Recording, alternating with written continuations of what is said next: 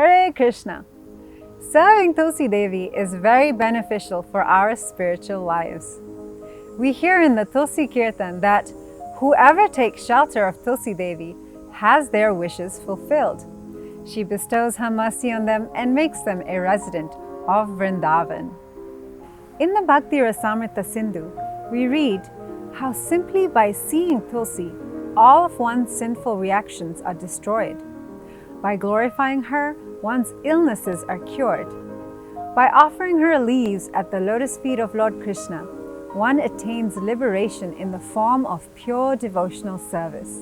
And by planting her, one attains Krishna's association. Do you have a Tulsi plant? Would you like to grow her? At Tulasi Seva, we are now sending out Tulsi seeds at no cost. We have also created an animation accompanied by an article which will guide you through the early growing process.